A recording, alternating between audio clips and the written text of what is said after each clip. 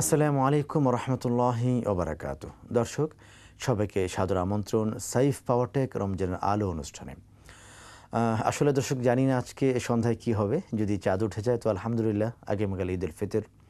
আর যদি চাঁদ না ওঠে তো আরও একটি দিন আমরা পাবো ইনশাআল্লাহ তাআলা, আমাদের 30টি রোজাই পূরণ হবে। দর্শক, আমরা আজকে আলোচনা করব ঈদ উল ফিতরের তাৎপর্য ও করণীয় নিয়ে। আর এই বিষয়ে আলোচনা করার জন্য আমাদের সঙ্গে আছেন বিশিষ্ট ইসলামী চিন্তাবিদ ডক্টর আবদুল্লাহ ফারুক। আসসালামু আলাইকুম রহমতুল্লাহ। ডক্টর ফারুক, কেমন আছেন আপনি? আলহামদুলিল্লাহ। দর্শককে যেমনটি বলছিলাম, আমরা একদম রমাদানের শেষ লগ্নে। আসলে জানি না আজকে কি হবে। যদি চাঁদ উঠে যায় তো আলহামদুলিল্লাহ, আগামীকাল ঈদ উল ফিতর। আর যদি চাঁদ না ওঠে তাহলে আরও একটি দিন আমরা রোজা রাখতে পারবো, সিয়াম পালন করতে পারবো। আজকে আপনার কাছ থেকে আমরা শুনবো ঈদ উল ফিতরের তাৎপর্য, এই বিষয়টি নিয়ে। আচ্ছা, আলহামদুলিল্লাহ। ঈদ উল ফিতর আমাদের মুসলিম ধর্মীয় জীবনে অত্যন্ত গুরুত্বপূর্ণ একটি দিন। এটা আমাদের জাতীয় উৎসব এবং মহা আনন্দের দিন, মহা উৎসবের দিন, মহা আনন্দের দিন।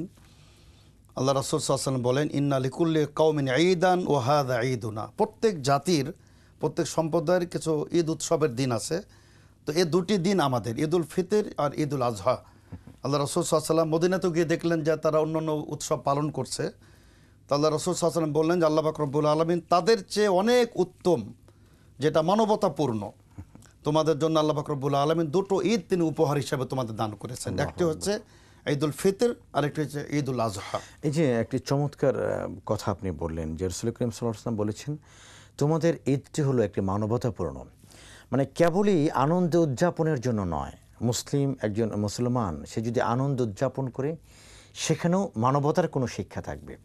মানে কেবলই কিছুক্ষণ আনন্দ উপভোগ করা হলো, কিছু খেলতামাশা হলো, হাসি ঠাট্টা হলো, ইসলাম এরকম কোনো আনন্দকে সাপোর্ট করে না। ইসলামের আনন্দ যেখানে, সেখানেও মানবতার শিক্ষা রয়েছে, সেখানেও ভালোবাসার শিক্ষা রয়েছে, সেখানেও সমাজের মানুষের কল্যাণের বিষয়টি রয়েছে। জি, এমনকি আমরা যে কোনো উৎসবেও আমরা মানে আল্লাহ বিমুখ হতে পারি না, যার কারণে এখানে 2 রাকাত সলাতের একটা বিধান রাখা হয়েছে। আচ্ছা, যে আমরা আল্লাহর উদ্দেশ্যে 2 রাকাত সলাত আদায় করব, তবে এটা আসলে প্রকৃত উৎসব হবে, প্রকৃত আনন্দ হবে। মানে যদি আনন্দের সঙ্গে ইবাদতের সংমিশ্রণ থাকে, আনন্দের সঙ্গে ইবাদতের সম্মিলন থাকে, ইবাদত এবং আনন্দ, তাহলে সেটি হবে পরিপূর্ণ আনন্দ। সেটা হবে পরিপূর্ণ আনন্দ। জি জি। আর মূলত আনন্দটা তার জন্য হবে যে ব্যক্তি পূর্ণ একটি মাসের সিয়াম সাধনা করেছে, যে ব্যক্তি তাকু অর্জন করেছে, যে ব্যক্তি রমজান থেকে শিক্ষা নিয়েছে। তাছাড়া মানে আপনার যদি রমজান সিয়াম পালন না করে থাকে, রমজান থেকে তাকু অর্জন না করে থাকে, তো তার জন্য কিছু আনন্দের কিছু নাই এখানে। ঈদ নয়, তার জন্য ওয়াঈদ বলা হয়েছে। লাইসাল ঈদুল লিমান লাবিসাল জাদিদ, একজন আরবি কবি বলছেন যে যিনি নতুন নতুন কাপড় পরিধান করলেন তার জন্য ঈদ নয়, ওয়াইন্নামাল ঈদুল লিমান খাফা বিল ওয়াঈদ। ঈদ তো তার জন্য যে ব্যক্তি পরকালকে ভয় করলো, তার জন্য হচ্ছে প্রকৃত ঈদ। আল্লাহু আকবার। মানে আমরা আসলে এমনটি দেখি যে একজন সন্তান, একটি ছেলে যখন বা একজন শিক্ষার্থী যখন পরীক্ষা দেয়, খুব কষ্ট করে একটি মাস বা 15 দিন আমরা দেখি এইচএসসি পরীক্ষা হয়, আমাদের বাচ্চাদের পরীক্ষা হয়। তো যে ছেলেটি আসলে খুব কষ্ট করে পরীক্ষা দেয়, সে রেজাল্টের জন্য অপেক্ষা থাকে।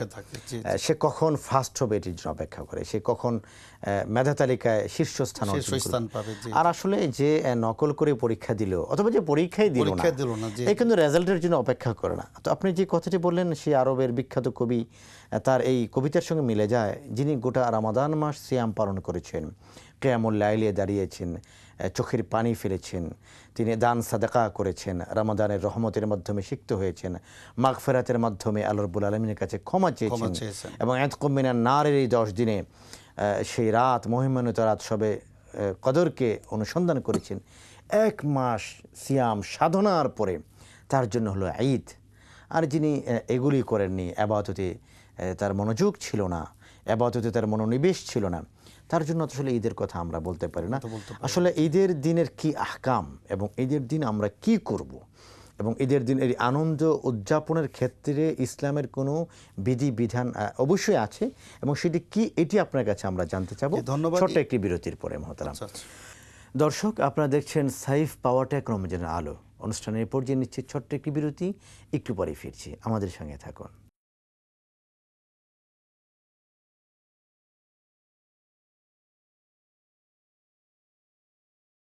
দর্শক, বিরতির পরে আবার আমন্ত্রণ। আপনারা দেখছেন সাইফ পাওয়ারটেক রমজানের আলো। মোহতারাম, আমরা আপনার কাছে জানতে চাবো ঈদ উল ফিতরের এই আনন্দময় দিনে, আমি বলবো আনন্দময় এবং আবাদত মুখর এই দিনে আমরা আসলে কি করব এবং কি করব না।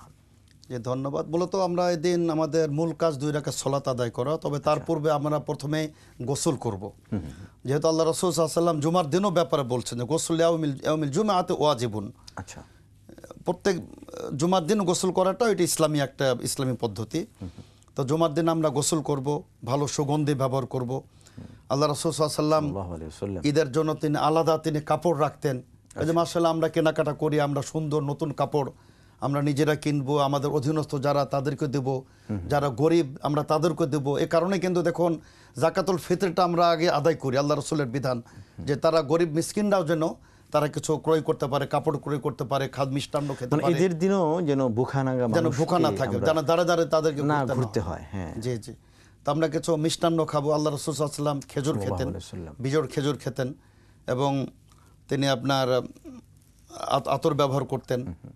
মানে বেজুর খাওয়া এটাও তো একটি সুন্নাত। এটা একটা সুন্নাত। জি জি। আসলে সুন্নতের বিষয়গুলো হলো যদি ছোট ছোট করে আমল করি, ছোট ছোট আমলে অনেক বড় বড় নাকি। প্রিয় দর্শক, যারা অনুষ্ঠানটি দেখছেন, ঈদের দিনের একটি অন্যতম আমল হলো ঈদের নামাজে যাওয়ার আগে মিষ্টান্ন জাতীয় কিছু খেয়ে যাওয়া। খেজুর খাওয়া এটি একটি সুন্নত। যদি খেজুর থাকে তো আলহামদুলিল্লাহ। এখন আধুনিক পদ্ধতিতে অনেক রান্না হচ্ছে যে ওই শ্যামাইয়ের উপর একটু খেজুর ছিটিয়ে দিচ্ছেন। বেজুর খাওয়া আমরা 3 চামচ খেতে পারি। হ্যাঁ, জোর না খেয়ে বেজুর খেলে একটি সুন্নতের উপর আমল হয়ে গেল। সুন্নত হলো, আবার খাওয়াও হলো। অল্প একটি সুন্নতের মাধ্যমে অনেক বড় একটি নেকি আমরা অর্জন করতে পারলাম। আচ্ছা, আর কি?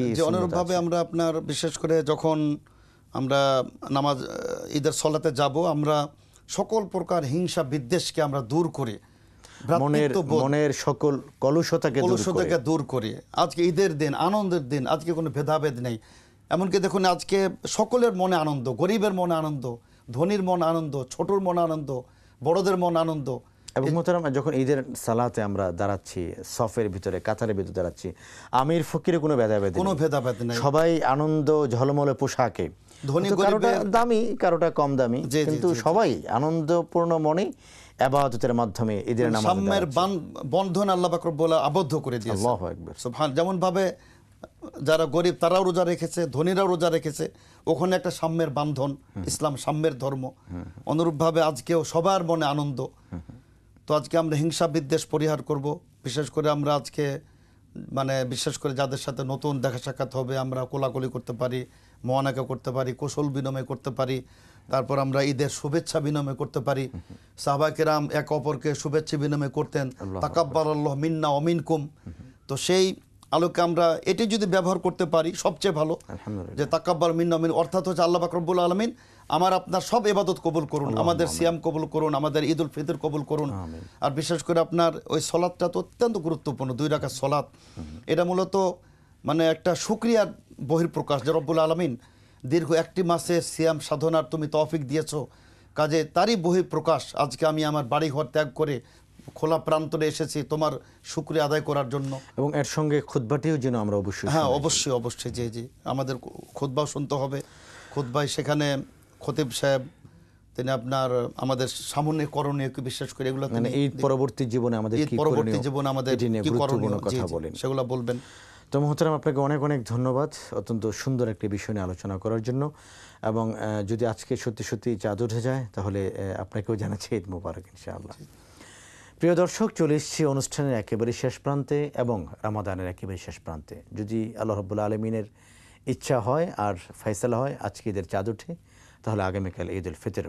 গোটা মাসটি জুড়ে যারা আমাদের সঙ্গে ছিলেন, সাইফ পাওয়ারটেক রমজানের আলো অনুষ্ঠানটি যারা দেখেছেন, উপভোগ করেছেন এবং এই অনুযায়ী আমল করছেন, সবার জন্য দোয়া করছি আল্লাহ রাব্বুল আলামিন আমাদের সকল ইবাদতগুলিকে কবুল করে নিন।